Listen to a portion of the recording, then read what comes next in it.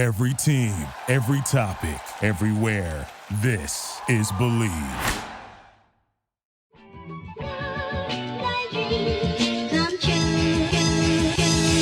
Welcome in to another edition of the JMU Sports News Podcast. I am Bennett Conlin, and I am joined by Jack Fitzpatrick. I should have worn my Mariners hat today. You got a Seattle hat on. I got the Mariners hat. I found it at a Nike outlet store in Charlotte, North Carolina for $10, originally $30. And I got to say, Nike hats fit the best out of them all.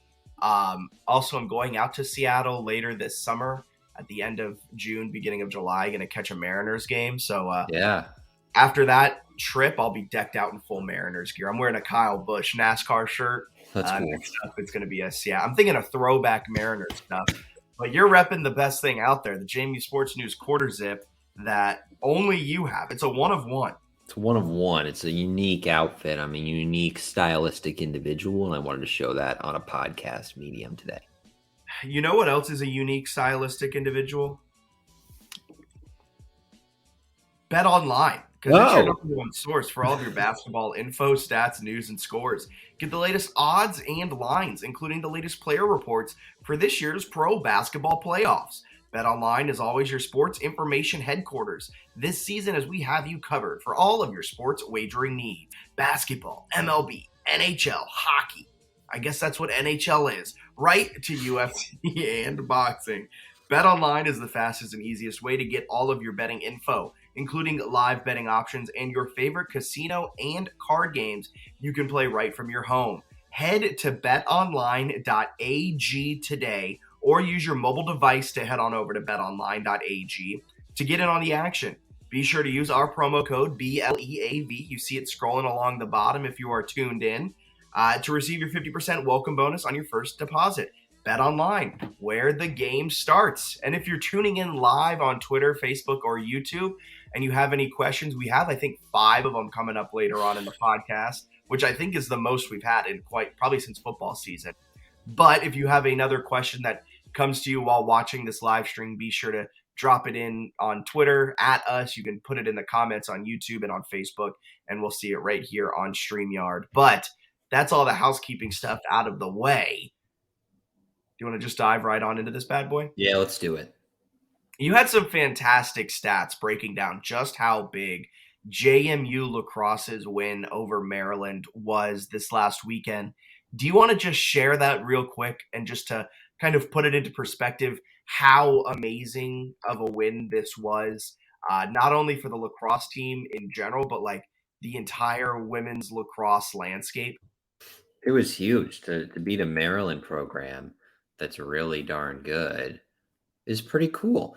So they since 2010, Thanks, Maryland women's lacrosse is 269-33.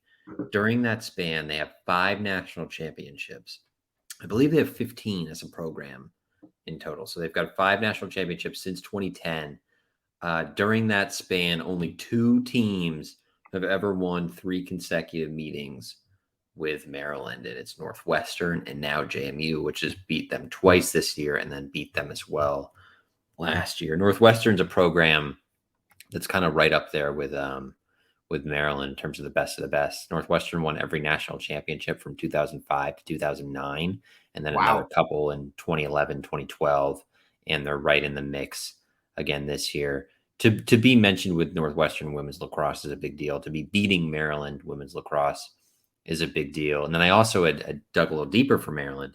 Since 1995, they have 17 seasons with 2 or fewer losses. So it's a little bit of a down year this year, but it's a program that like historically has had a lot of years where they maybe only lose 2 games, 1 game, no games, an entire season. To beat them twice in the same year is a massive deal. And that win was an insane comeback. I believe they were down by 4 at one point late in the third quarter.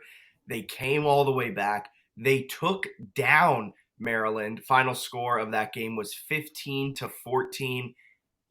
And they saw just like a historic performance out of Isabella Peterson, who arguably can go down as women's lacrosse's greatest player. And I think we're going to redo the greatest players of all time, the GOAT conversation for JMU athletics. She's making a name that she's moving up that list as well, kind of taking down. We had Kristen Gaudian, no ill will towards Kristen Gaudian, but I think Peterson has launched her way past that and is potentially one of the best we've ever seen put on a JMU jersey, regardless of sport.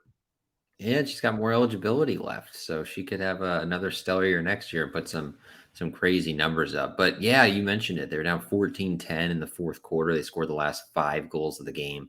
I'd kind of written them off. I thought they were essentially done. But lacrosse is so interesting because it's one where you can, right, they do the draw control, so you can regain possession, where it's obviously not like a football or basketball where you score and the ball changes possession. You have a chance to fight for it and get it right back. So you can go on some really interesting runs by just winning the draw control.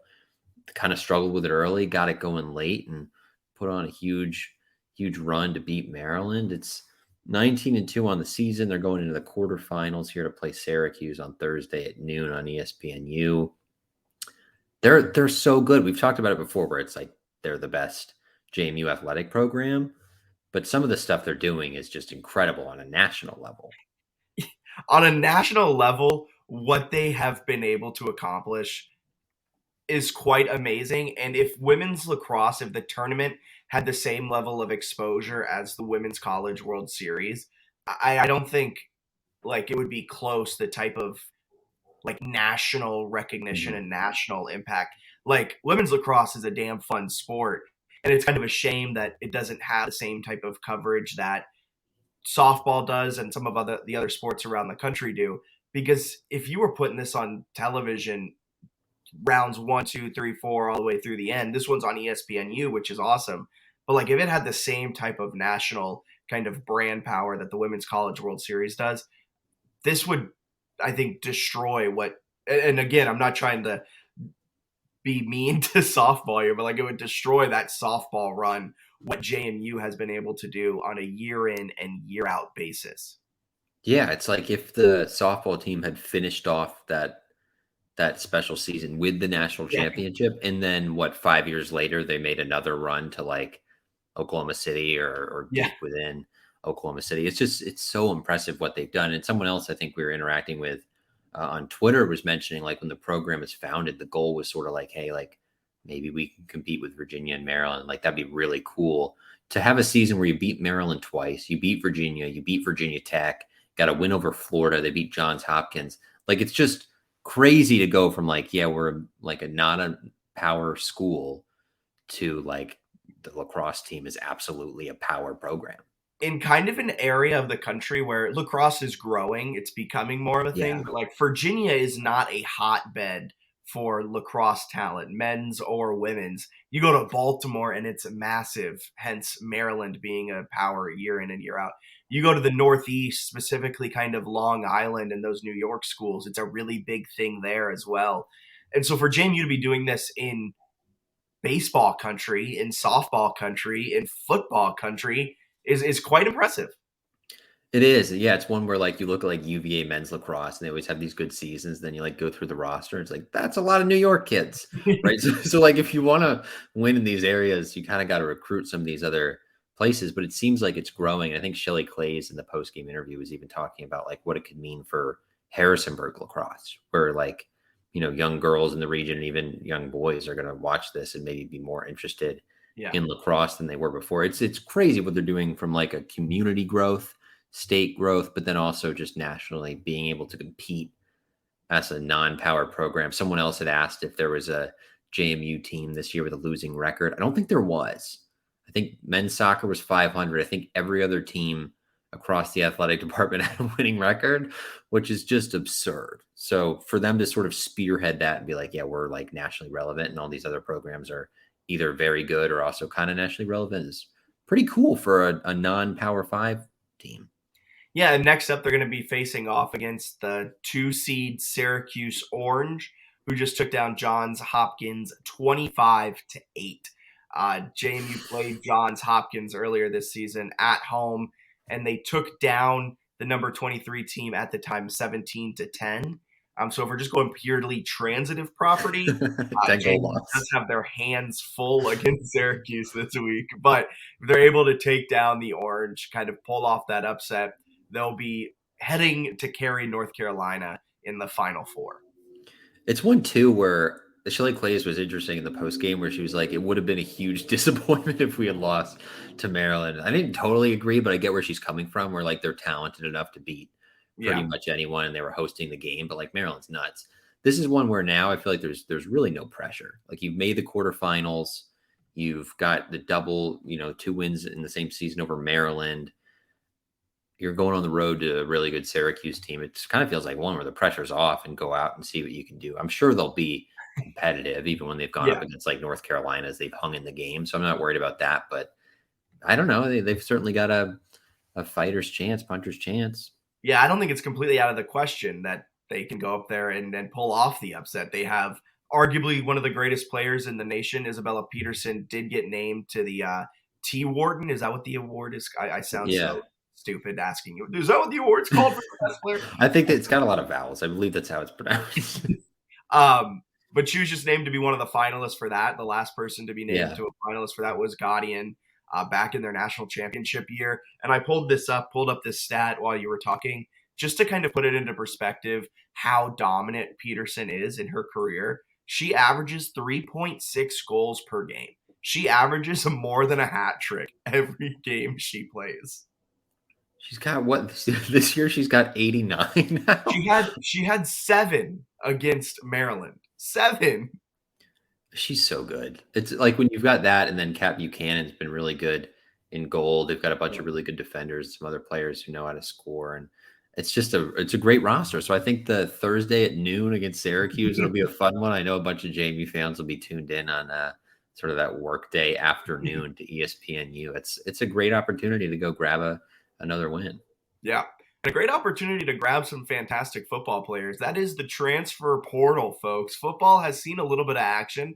They picked up an ECU wide receiver transfer last week. We did not podcast last week, so catching up on that. But Bennett, I think the bigger question here to ask is JMU has missed out on a lot of portal kids that they have offered. So it begs the question, is the culture broken? People are wondering if football is broken because they had some targets, which I guess we should update because I did mention them in our previous one as targets. So the North Dakota State defensive end, Tony Pierce, I think he's going to Colorado State. There was a LSU defensive lineman who's going to Louisiana Tech. They recently offered a Delaware receiver who picked UConn. I think he's got a good pathway to playing time at UConn. I was surprised we offered another wide receiver because we kind of have a lot of wide receivers that seem like they're very capable of playing. They added like 4 in the portal that are all capable of going out there and playing. At one point, we offered a Division II All-American cornerback who's going to Vanderbilt. So there are a few offers there that didn't come through. But Taji Hudson, 6'4", 205. He started his career at quarterback, then moved to wide receiver at ECU.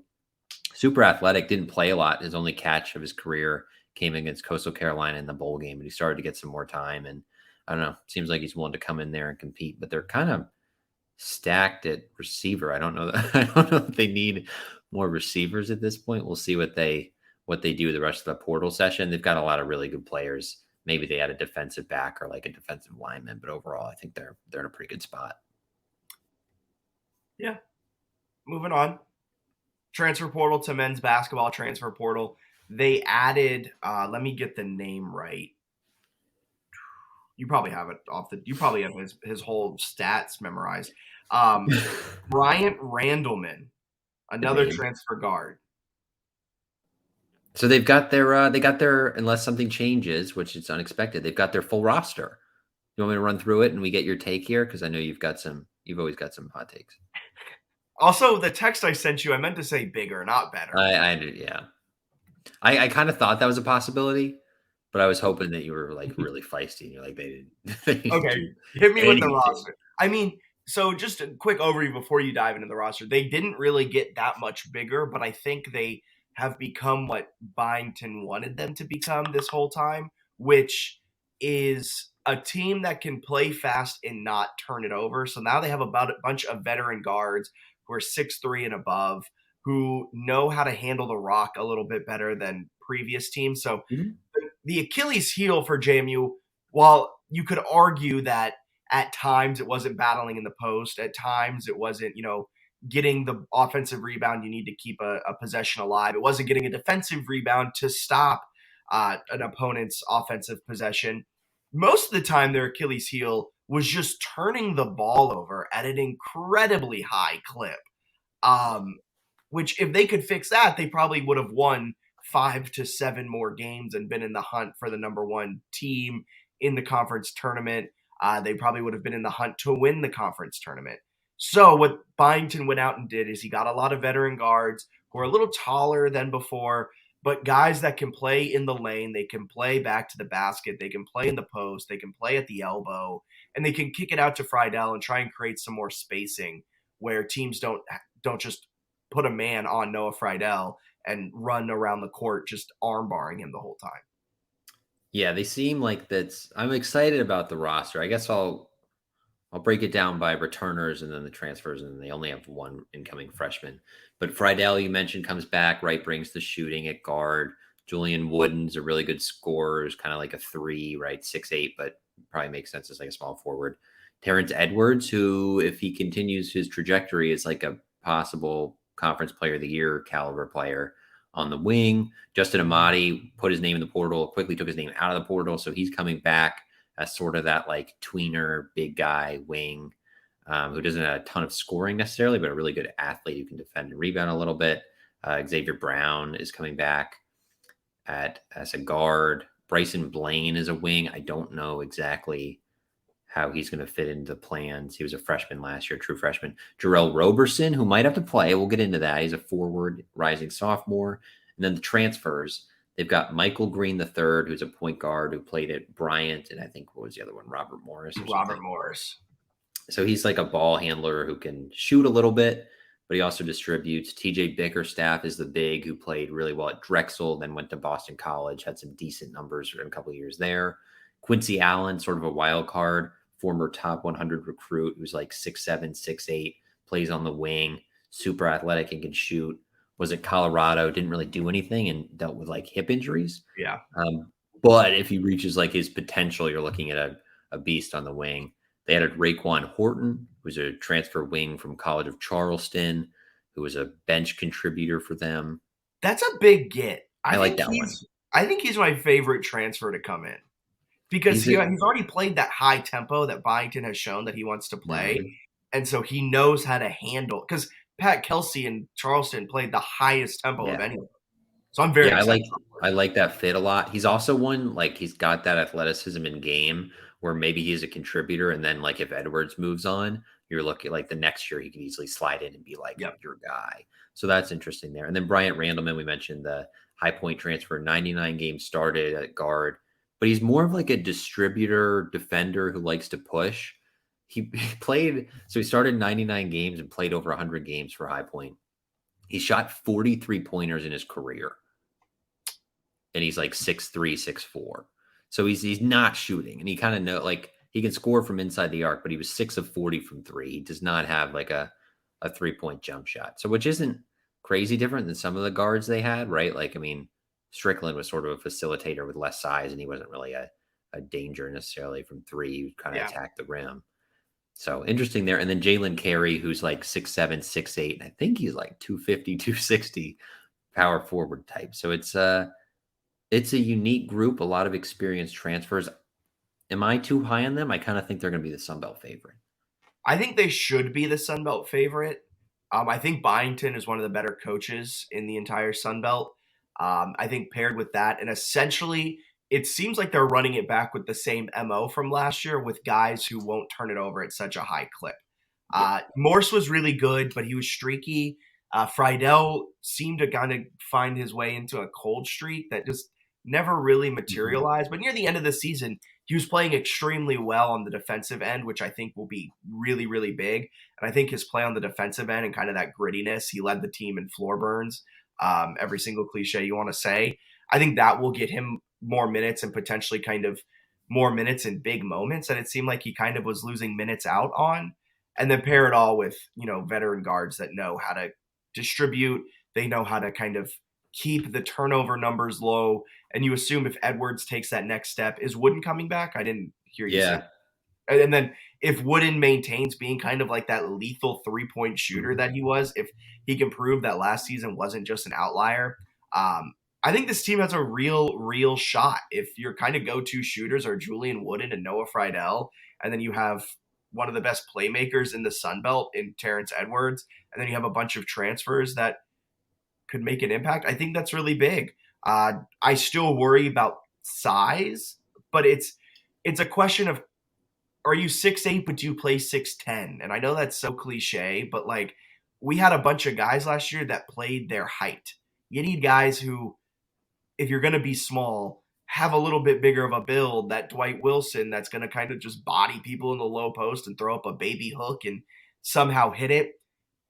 I think there's the potential of that. Now, if that doesn't materialize, things can just be like 2022, 2023 all over again.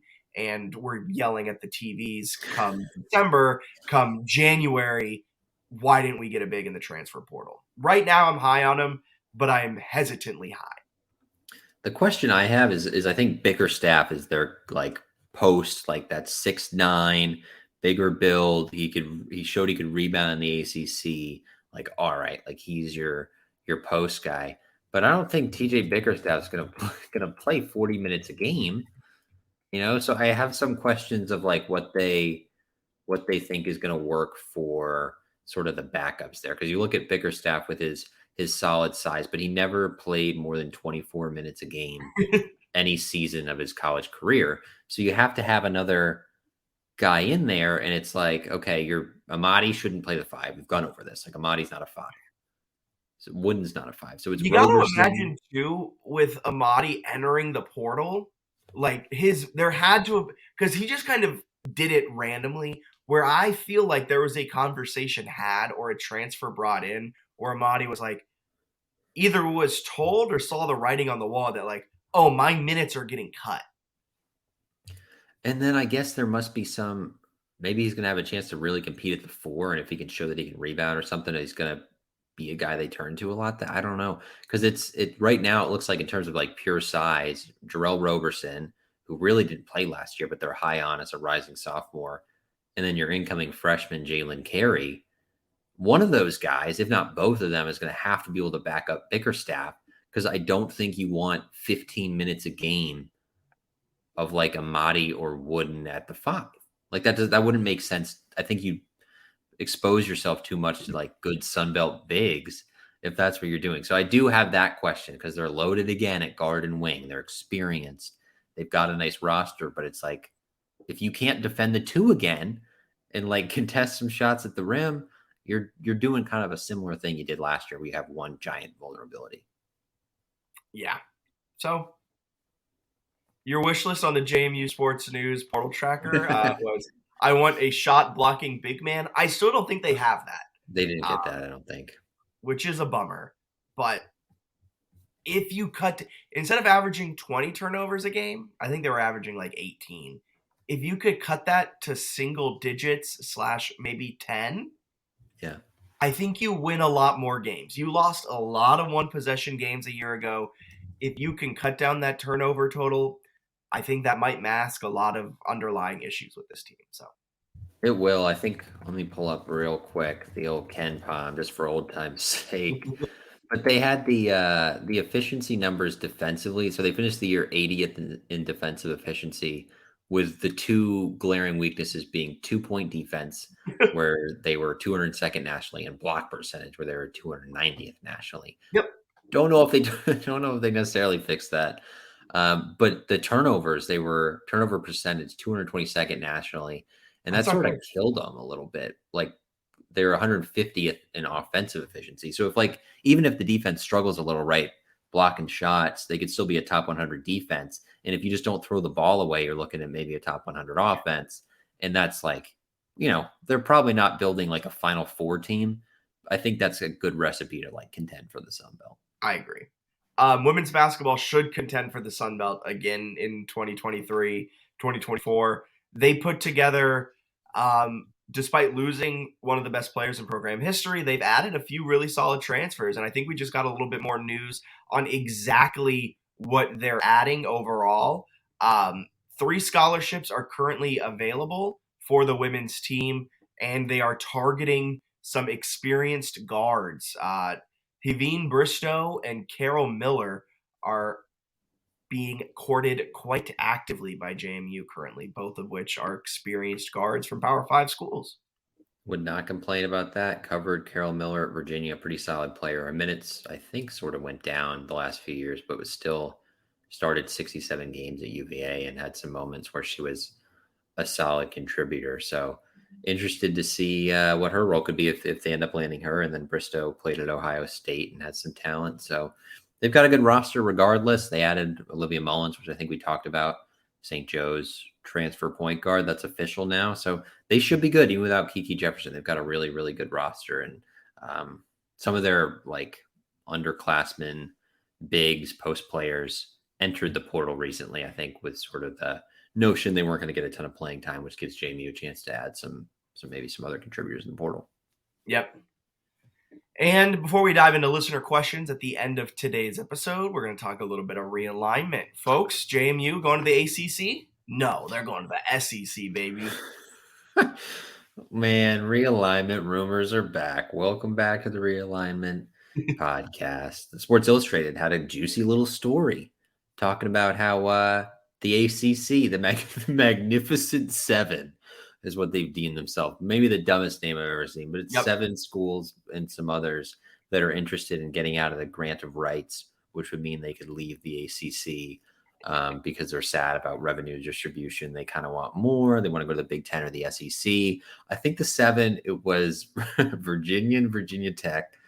All right. I can kind of understand Virginia Tech because they had like storied goodness. UVA, I feel like, hasn't been good in 30 years. I think UVA is because of the academics and like the prestige. So the Big Ten, like, okay, we add a basketball winner with a bunch of like Olympic sports winning. Yeah. And then we can have them be like, Rutgers, where they just get murdered and nobody cares during football. Yeah, like we don't care about football season. Every few years they put together like this surprising 9-3 season, and you're like, whoa! And then very Northwestern vibes, where it's like, look at how sweet our facilities are. It's a beautiful campus, and then it's like, wow, you suck at football. So they would definitely give some Northwestern vibes.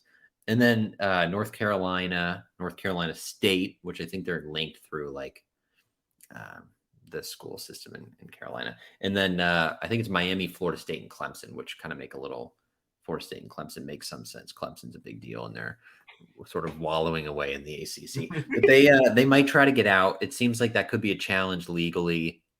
And then the Big 12 and the Pac-12 are just trying to steal each other's teams, was sort of my understanding. And then the Pac-12 is also keying in on, which may be the more interesting part for Group of 5 people, on San Diego State and SMU, which they could add at some point. And then I think the Big 12 had looked at like Memphis and UConn for mostly basketball reasons. Okay. And UConn would get like a big financial benefit from it. So they might screw over their Big East basketball, which is wonderful just to get themselves into a league that makes more money. But from the Group of 5 perspective, I think the Sun Belt, not having anyone like floated to be poached, is good. And then we also need to make clear from like a JMU perspective, if that happens to the ACC, the remnants of the ACC are not like desirable. You mean Wake Forest, Duke, Georgia NC Tech, State, Georgia Tech. NC State's not even included. They would be in the 7. They're in the they're in the 7. That's right. My bad. It's Boston College, Syracuse. Like all those programs would probably also try to leave for like other leagues and might just find themselves like in the Big 12 or Pac-12 or something. The Sun Belt's okay. Like I think that's where JMU is going to like. I know there was this Mickey Matthews had floated like to the Athletic, like in 20 years they could be in the ACC. 20 years, it sounds like the ACC is going to be destroyed. So ideally, that won't come true because it doesn't seem like the ACC is going to like live on in the way that JMU fans had thought. The ACC to me is desirable as a JMU fan because it would mean you're playing Virginia Tech and UVA on a yearly basis. if you joined an ACC where you're playing Boston College and Syracuse on a yearly basis, I'm fine. I'd rather play Marshall and App State. I'm sorry. Exactly. It's one where it's like if Georgia Tech is so sad that Georgia Tech or Wake Forest would join the Sun Belt, sick.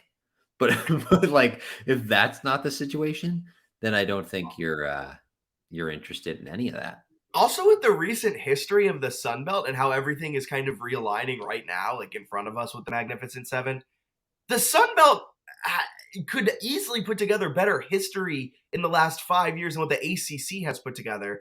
Because you had Coastal, a major brand, and now you have all of a sudden Coastal's not gone away. And assuming they have made the right hire for their new head coach, they have Grayson McCall again this year.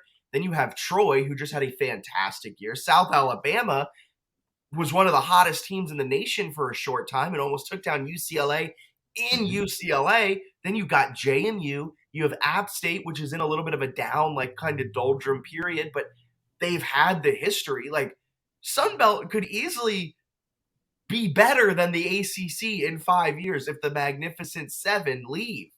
Yeah, it would be like immediately. And the other thing too is like if you've got these other group of 5 conferences, like the Mountain West looks like people are going to try to pillage from them. Yep. I know Boise State's got to be like shaking in their boots that they weren't floated as like a Pac-12 edition. They're going to want to get out.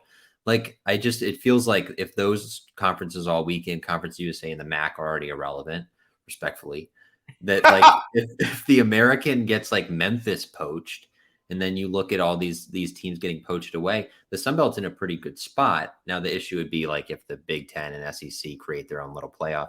But even then, I think JMU is well positioned. So I know it's like we've almost been like conditioned to think where's the next move for JMU. Honestly, it seems good to just like hunker down, do your thing, try to hopefully they go to a 12-team playoff and they don't like cut out the group of 5 in some capacity.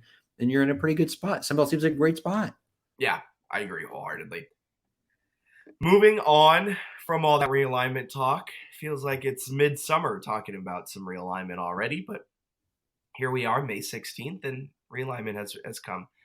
Some listener questions. This one is from Jackson Kozlow. Is there any chance JMU will move out of the Sun Belt into the Big Ten or the ACC?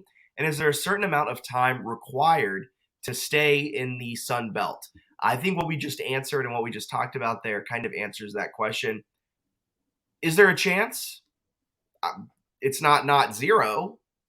It's also one where like, I don't know what leagues will look like in like 3 decades, but like, I don't know. Let's at least get like bowl eligibility before we talk about leaving. And also like, let's be able to have like a graduating class in the Sun Belt.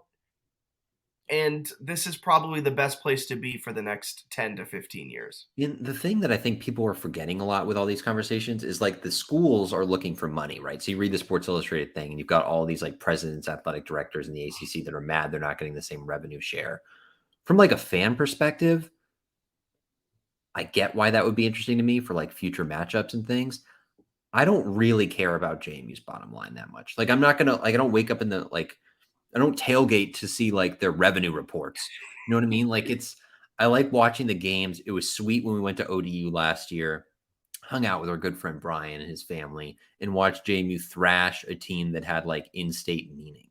Like, so I think don't lose sight of that, where like the ACC is pretty cool and they're going to like end up maybe blowing it up because they want more money. We're from like a fan perspective. Let's just enjoy the like fun games. We could lose the UVA Virginia Tech rivalry because both of those schools go to 2 different conferences, and you just lose something that fans look forward to each and every year that brings so much bragging rights. In the win over ODU, that is a historic rivalry. That win brings you bragging rights. You have the, what's it called? What's the stupid name for it? The Royal Rivalry. The Royal Rivalry. You have that now like in place. That's pretty fun. So yeah, let's pump the brakes a little bit. Listener question number 2. This one is from Joey Needham. With all the experience added to JMU men's basketball roster, with 3 transfers using their last year of eligibility and 2 young wings with high potential, where do rising sophomores of Brown, Roberson, Blaine, and incoming freshman Carey factor into the rotation, in your opinion? Bennett, do you want to start us off on this one? Yeah, I think my take would be Roberson and Carey are going to have a chance to compete just because there's maybe not quite as much like low post depth. Brown's pretty. I like Brown. I think we both like Brown at point Yeah, guard, so I figure he'll work in at least a little bit. Blaine's the interesting one because he didn't really get any run last year, and they're just like deep there. unreasonably loaded at wing again. So that's one where I would be surprised if he saw significant minutes this year, unless he really balls out over the offseason. Yeah, Bryson Blaine, a 6'5". He was 195 last year, so won't necessarily. Assuming he doesn't hit like a growth spurt to go to like 6'7", 6'8", he doesn't. Can you imagine if he just became like a 7-footer? I think most of his growing is done unless he adds some muscle. I don't think he's going to be putting on 20 pounds. So his kind of spot as a wing, I don't see him breaking into the rotation too much. Brown, I can see as kind of the sixth man off the bench coming in as the first guy in. Carey, I actually don't expect to see Carey a lot, if at all. I think he'll kind of have the role of Roberson, where it's going to be a year to work on your body, to work on your footwork, to work on your game, and kind of learn the post play at the college level. Roberson, though, will be very interesting. I think he has a potential to play 20-plus minutes a game. If he can be the shot blocker, it changes dramatically, like their outlook. I feel like Bickerstaff playing in the post and then Roberson blocking shots would make them pretty darn cool. Yep. This is from Daniel. Oh. What are your favorite additions football has made in the portal? Can I go first?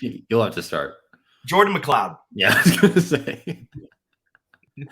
I'm shocked to hear that. I'm shocked. The starter, the starter against Bucknell, Jordan McLeod. He's going to go down as one of the best one-year wonders, right there alongside Todd Centeio. Jordan McLeod's the best. I'd say second, Phoenix Sproles, just because that's a damn good name, and we stole him from North Dakota State. So take that, Bison.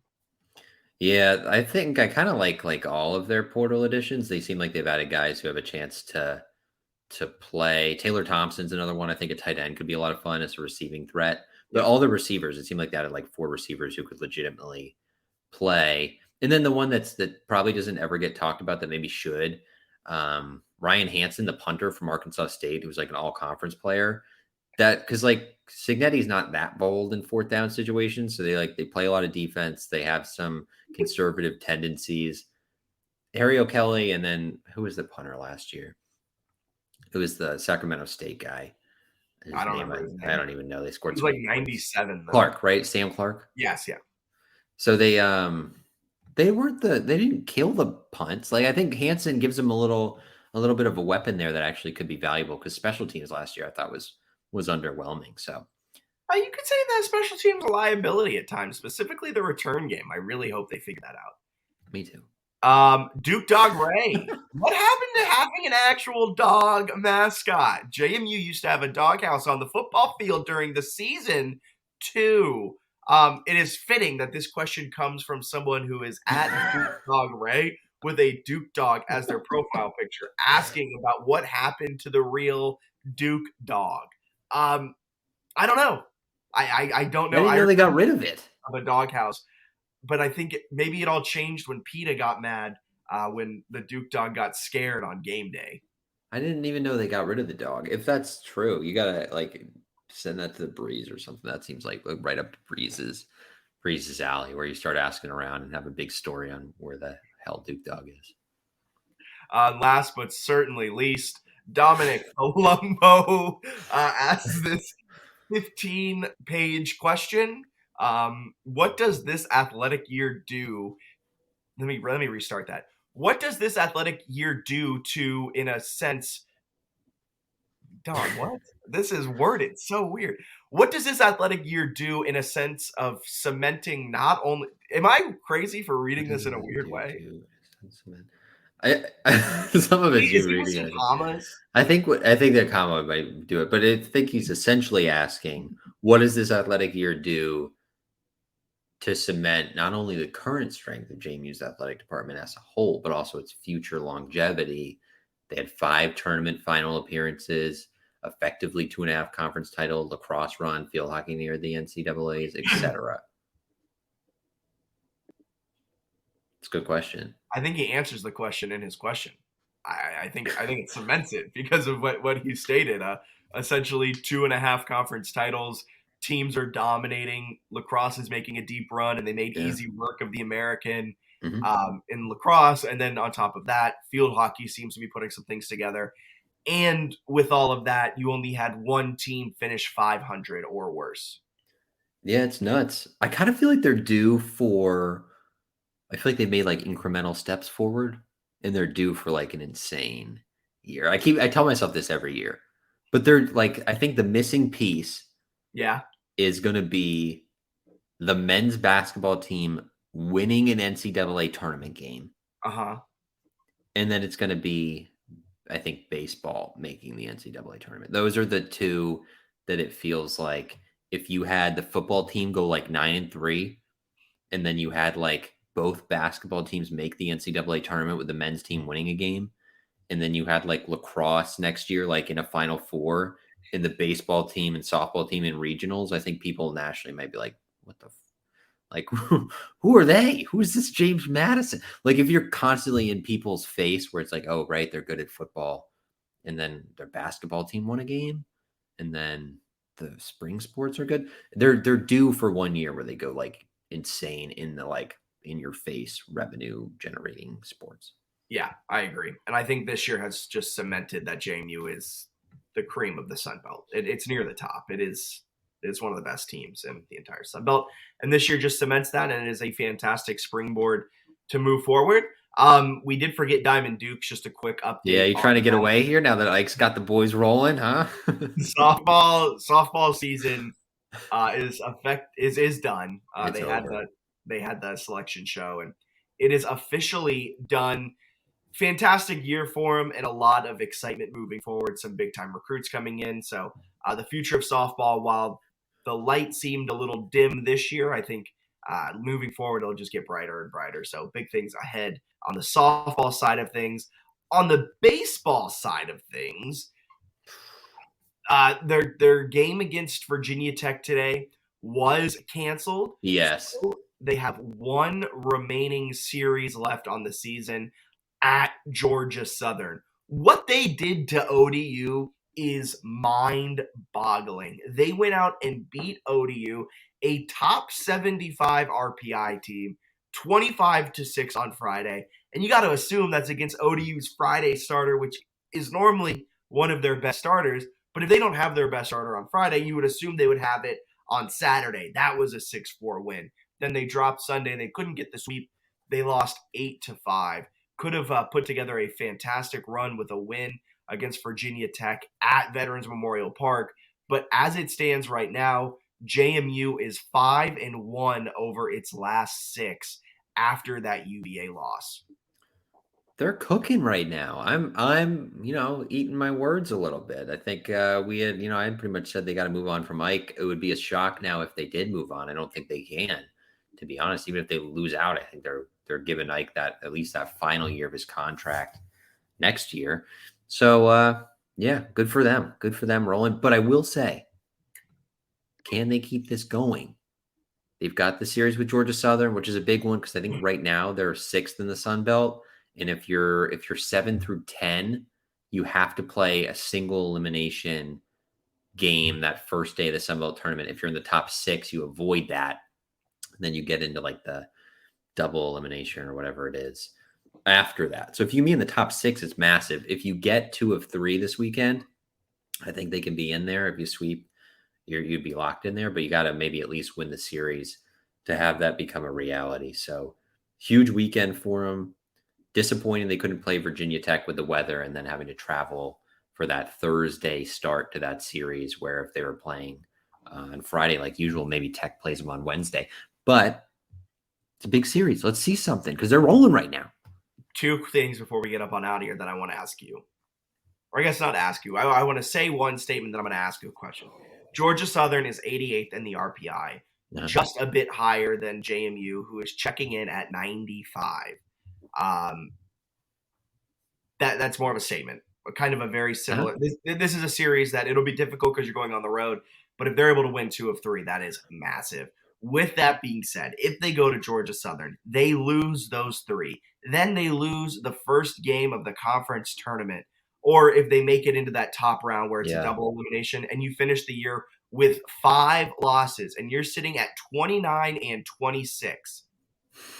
Does that not make you feel like I still think like maybe I'm just way too down on it, but like we can't use this 5-1 stretch to forgive a UMass Lowell series loss. We can't use this 5-1 stretch to forgive the absolutely terrible showing at Southern Miss where you got run ruled. The last few months have been really good, but I just think the entire body of work doesn't do enough where this 6-game stretch forgives it all. And one other point, Florida State sucks. Like coming into the year, Florida State seemed like to be a ranked team. They suck. And so like, yeah, it's awesome that you've done what you've done here over the last few weeks, right? But you're still 1-7 against quadrant 1 teams. You're 18-2 against quad 4. If you scheduled a tougher schedule to start the year, you are very much sub 500 if those numbers kind of extrapolate out over the year. So like, it's awesome that they're one of the best batting average teams in the entire Sun Belt. It's awesome that they're 5-1. It's cool that they beat ODU 25-8. But if you go out and you don't win a Sun Belt tournament game and you maybe lose this series against Georgia Southern, I'm not saying fire Eikenberry. Maybe he's done enough to get another year, but like this run over the last month isn't just forgive everything that has been the entire baseball program over the last 7 years. I think that's very fair. I think they still need to show more, whether it's the end of this season or next or whatever. I think I'm okay with them letting Eikenberry finish out since they did give him that 2-year extension last year, finish it out. But I agree with you that like, hey, you still haven't actually done anything. Like you're just inside the top 100 of the RPI. You are hanging in the Sun Belt Conference standings, but like you've got some really disappointing losses in there too. And some chances where like it could have been a lot different, but they've had some nice blowout wins here recently. They've also gotten smoked a handful of times. 16-3 against Coastal. You had 2 of your 3. Crushed them. South Alabama run ruled you. Southern Miss run ruled you. Let me see where else. You swept Louisiana. You lost 10-6, 9-7 against App State. Against the best teams in the Sun Belt, you're not doing what you need to do. You're beating up on teams similar to you and slightly better than you. But again, I can't stress this enough. In quad 1 and 2 combined, they are 8-16. In quadrant 3, they are 3-3. In quad 4, congrats, you're 18-2. Should be 21-0, but I mean 20-0, but that's besides the point. I think the fact of the matter is that I guess they've only gotten out of a regional one time in program history, and it was when they went to the College World Series in 1983, but they haven't been to the NCAA tournament since 2011. You can't have like what we talked about where like, oh yeah, lacrosse contends for national championships. Nobody has a losing record. The football team is sweet. The basketball team, both of them are like finagling their way through the transfer portal era to a point where they're both going into next year. Like you could literally have the Sun Belt favorite in like you Football, might have the East favorite. Basketball, women's basketball, lacrosse. Yeah. Like you're winning like the American lacrosse, and then like you have all these teams that are poised to do really well and contend for the Sun Belt. I mean, you're even looking at like the women's golf team has a lot of success to the point where they've had so much success that their Sun Belt tournament was widely regarded as a disappointing showing. Like most times you don't know, like as fans, like what the women's golf team showing would be. Oh, they finished 8th. Said this year they won so many times in the regular season. You're like, oh my gosh, what a disappointing showing. The baseball team has to be held to a similar standard at some point where it's not like it feels very much like the Matt Brady era where like the Lewis Rowe era where they do a little something and people are like, did you see this? Like the potential has gelled together. And then it's like, I know, but they lost in extra innings in that final ODU game and what would have been a massive series sweep, giving you a little bit of cushion to get in the top 6 seeds. There's little things that are always there. So I'm excited about how they're playing. At the same time, if you go through the next 2 years and don't make the NCAA tournament, I don't know what the justification is for for not getting a head coach who can get you there. I agree. The excuse is mediocrity. You're okay. But with let's go beat Georgia Southern. Go get that sweep and maybe win some belt. Heck, if you're getting hot at the right time and you can go in and win 2 or 3 against Georgia Southern, take that into the conference tournament and make it to the conference tournament championship and lose to Southern Miss in a competitive game, I will eat all of my words. I will come on and say extend Eikenberry for another 2 years, for another 3 years. The sad thing is I just don't think that's happening. But that's fine. It's the same kind of optimism, though, that we had a lot of times during the Lewis Rowe era, right? Where you'd go into the conference tournament and they maybe had won 2 out of 3 or something. And you're like, if Matt Lewis catches fire here, something could happen. And then he will for a game and then they lose and you're just like, oh, right. I also don't want to be that guy again, but I'm going to be that guy. Their pitching staff still is a little questionable. They've still allowed a lot of runs quite often. It's just that their offense is one of the best. It's on a tear. So it's like if their offense doesn't come one game and they can only score 5 runs, things might get ugly. But that's my last piece on. It's going to be a big weekend here. And a big Sunbelt, I think at least a win in the Sunbelt tournament is going to be important for them. Because if they do struggle this weekend, get knocked out early, you can go very quickly from this motivational taking something from the UVA loss, building up on it, and then you can immediately throw that out the window. So some big games ahead. Yep. Well, anything else you want to add? No, I don't think so. Awesome. For Bennett Conlon, I'm Jack Fitzpatrick. You guys have a wonderful rest of your day. We'll talk to you next week. See ya.